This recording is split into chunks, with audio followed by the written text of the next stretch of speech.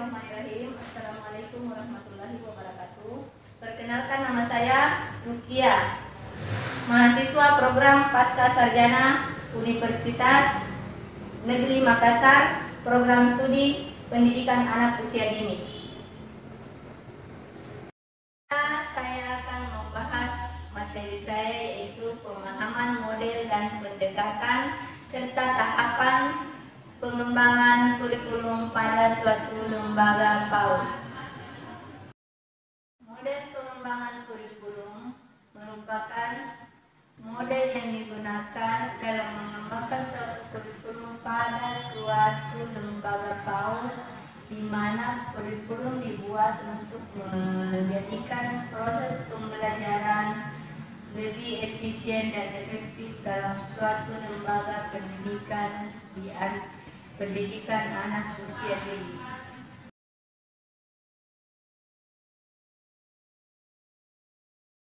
Merupakan suatu rencana atau rancangan dalam proses pembelajaran, di mana yang meliputi tujuan, isi, dan bahan apa yang akan dibuat dalam proses pembelajaran itu.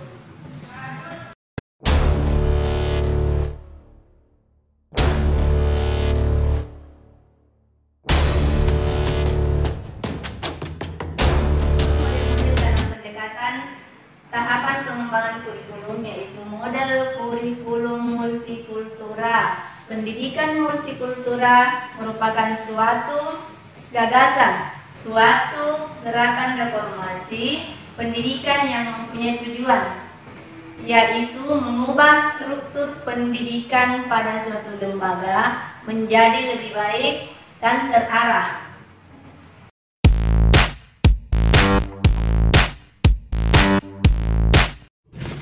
Model pengembangan kurikulum tipe Ralph Taylor. Pengembangan kurikulum yang dikemukakan Taylor dalam Rohimat bahwa diajukan berdasarkan pada beberapa pertanyaan yang mengarah pada langkah-langkah dalam pengembangan kurikulum. Pertanyaan-pertanyaan tersebut berupa: bagaimana tujuan pendidikan, apa yang harus dicapai oleh sebuah lembaga, pengalaman pendidikan apa yang mestinya diberikan untuk mencapai tujuan pendidikan, bagaimana pengalaman pendidikan sebaiknya diorganisasikan, bagaimanakah penentuan bahwa tujuan telah tercapai. Adapun hakikat peserta didik. Peserta didik bukan merupakan miniatur orang dewasa, akan tetapi memiliki dunia sendiri. Peserta didik adalah manusia yang memiliki diferensiasi prioritas perkembangan dan pertumbuhan. Peserta didik adalah manusia yang memiliki kebutuhan, baik yang menyangkut kebutuhan jasmani maupun rohani yang harus dipenuhi.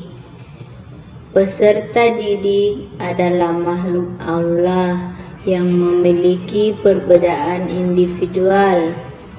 Peserta didik terdiri dari dua unsur utama, yaitu jasmani dan rohani.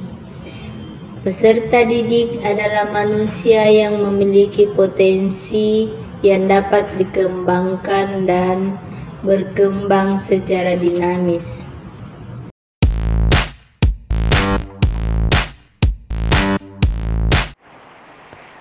Kurikulum ini bertujuan untuk kemajuan purposif, tetapi kurang ruang lingkup dan urutan. Guru mengikuti kepentingan anak-anak dan tidak memberikan instruksi fokus dalam memberikan pengajaran. Pendekatan Reggio Emilia memiliki keyakinan yang kuat bahwa anak-anak belajar melalui interaksi dengan orang lain, termasuk orang tua, staf, dan teman-teman di lingkungan belajar yang ramah. Adapun peranan guru dalam pendekatan ini, yaitu membangun pengetahuan dan pemahaman anak, mendorong anak mengeluarkan ide-ide, cara pemecahan masalah dan konflik. Guru didorong untuk memfasilitasi anak belajar dengan kegiatan, perencanaan, dan pembelajaran berdasarkan kepentingan anak. Mengajukan pertanyaan untuk lebih memahami dan secara aktif terlibat dalam kegiatan bersama anak, bukannya duduk, diam, dan mengamati anak belajar. Mengatur kelas dan benda-benda yang ada di kelas agar menjadi tempat yang menyenangkan. Mengatur jenis barang-barang di kelas agar dapat membantu anak membuat keputusan. Mengenal benda-benda yang akan digunakan untuk mendokumentasikan kemajuan anak seperti video, tape, recorder, dan portofolio.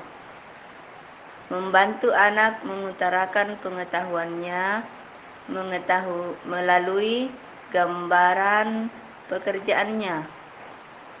Membentuk hubungan baik antara rumah, sekolah, dan komunitas. Demikianlah materi yang sempat saya paparkan. Terima kasih. Wabillahi taufiq wal hidayah. Wassalamualaikum